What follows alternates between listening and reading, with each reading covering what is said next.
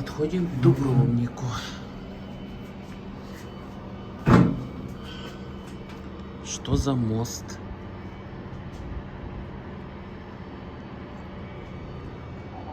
В общем, идем к Дубровнику. Здесь, мне сказали, одна церковь православная, одна католическая. Всего.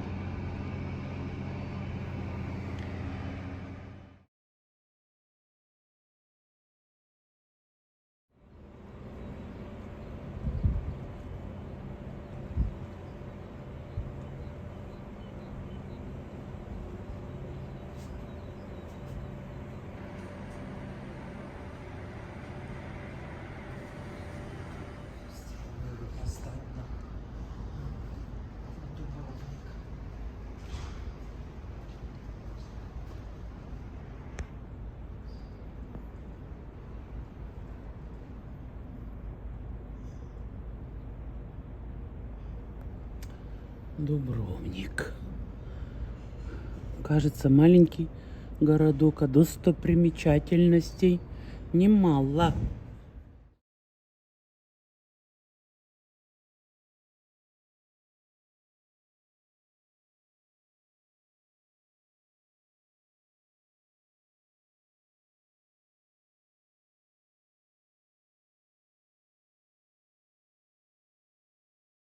Actually located at the very tip of the southernmost part of the territory where the bus leaves. Dubrovnik is a small town, you cannot get lost. Okay? Of course, there are always taxi drivers. If you miss a shuttle or if you are not sure, they all stay very close to the old town, practically at the exit or entrance, so there is no big walk between this old town and the bus station and where the taxis stop, so it's quite convenient. So apart from the itinerary information, okay, so let's plan ahead because we have a tight schedule. But anyway, once we are in Cavtat, there we will be stopping at the main bus station. There are coin-based restrooms. Euro is the currency in Croatia as well, like in the rest of European Union. It's a new thing for us. But anyway, it's a coin-based restroom because it's a public one. However, if you grab a coffee at the bar or if you want to, you don't have coins and you need to use the restroom, I suggest going to the bars. Plenty of coffee bars in Cavtat. However, you do need to consume something like, if you don't want to take coffee or anything, I always suggest just buy a bottle of water and use the restroom. You can use cards to get the drinks at the bars if you don't have any coins for the restroom. So this is just so you know. And this is the best way to use the restroom anyway. So, restroom there, of course, after Cavtat, coming back to this cable car, there are restrooms at the cable car, but I would skip those and just use the ones up when we go up top. No need to pay for this restroom at the top of the mount. So no worries there. And then, of course, after that, you have a restroom at the restaurant. Other than that, there are some, again, public ones with need paying, but I would suggest to have in mind these three restroom stops perhaps are the best, as we have a schedule to sort of follow along. Again, in the meantime, don't hesitate to ask me if you need anything in between. Okay, so this is the technical information, and again, like I said, euros, you can really use cards pretty much in any shops, any souvenir shops, even if you want to go to grocery shop, bars. The only thing, if you do not have cash, I would suggest, if you sit at the bar and order something, just check with the waiter if they accept cards, because sometimes they will say, oh, the machine is not working or something. So just to make sure you don't have to wash the dishes to make up for the coffee or something, I always suggest to do this. Okay, so we are leaving now. We are heading sort of southeast, leaving the main port of Bruges to our right, of course, as you can see. And all of this is a peninsula sort of Lapad and Babin Kuk to the right. All of this is town of Dubrovnik, which has about 40,000 people, the city itself. And with the wider region, it has about 60,000 people. So it's not a big city. And as I mentioned, mainly is people are here involved in tourism, working. Our season actually starts just about now after Easter and lasts about until November, so we will be very busy. People in Dubrovnik in general work very hard during the season, almost without a day off, and then we rest in the winter.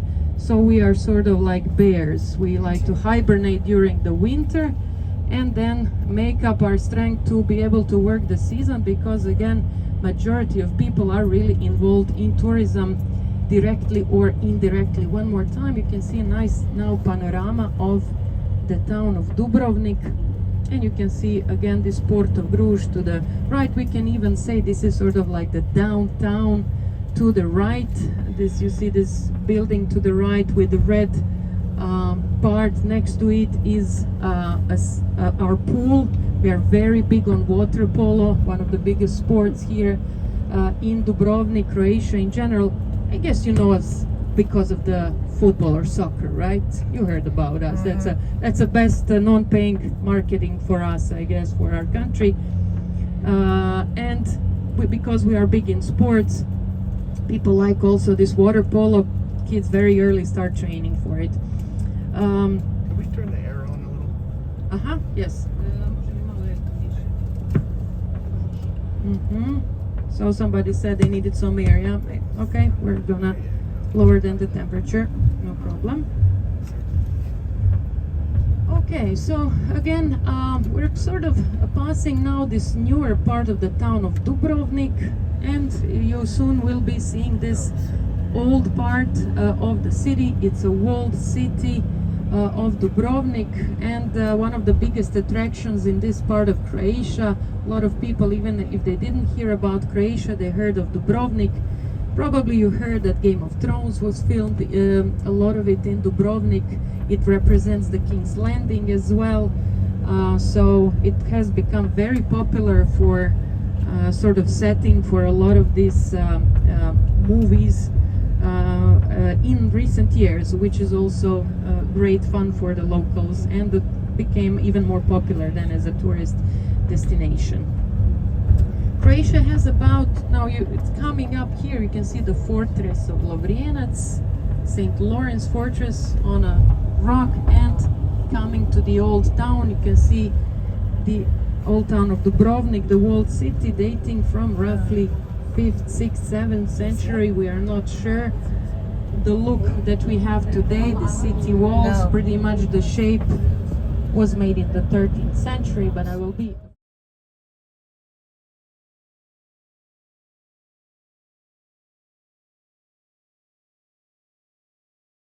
of Croatia. We are passing this Mount of Search to our left. This is where we will be going later on our way back.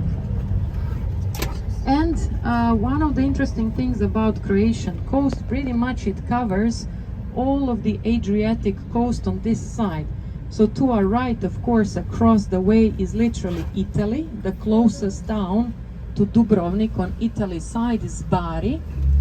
About 200 kilometers, 10-hour ride, let's say, with a ferry, roughly. So we, in our language, call it a very sort of developed, quote-unquote, type of terrain, because we have many islands, many bays, many inlets, and this is why way back in the Roman times, this part of Adriatic was very important to conquer, because we have many natural ports where ships could hide and create settlements, as opposed to when you look at the coast of Italy just opposing us. There aren't many islands, there are very rough cliffs, so this part of Mediterranean was always very, very attractive for many conquerors. So right in front of us, to the right, you see this little peninsula coming up, that's actually the town of Cavtat where we are heading. As you will see, it has a very unusual shape because it is on a peninsula with two ports, and that's why it's actually even older settlement than the town.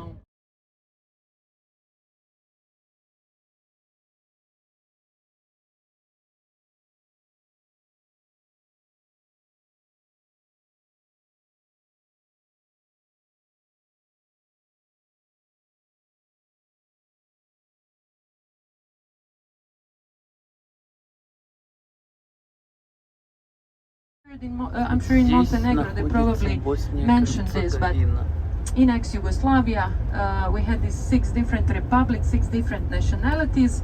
However, Croatians, Bosnians, Montenegrins and Serbians pretty much speak the same language. We call it, all according to our nationality, we call it Croatian. It's called Bosnian, Serbian and Montenegrin in the respective countries. Sort of a literal translation is the Abbey of Dubrovnik. And it's about 8,000 people living in this county. By the way, Croatia is probably one of the highest bureaucratic countries in Europe. We have 21 in 2005. You know that we had war up until 1995 when all the industry was shattered. And only the beginning of the 2000s our economy started picking up. By 2005, Croatia became very popular for nuclear plant, but it's in Slovenia and we share it because of this conjoint inheritance from ex-Yugoslavia. But anyway, this is a hydro plant. This is why you see all these wires and in front of us. But this region is the same. Okay, so coming up in front of us is the peninsula of Cavtat. As we come closer, actually just this year Cavtat has been sort of voted for the best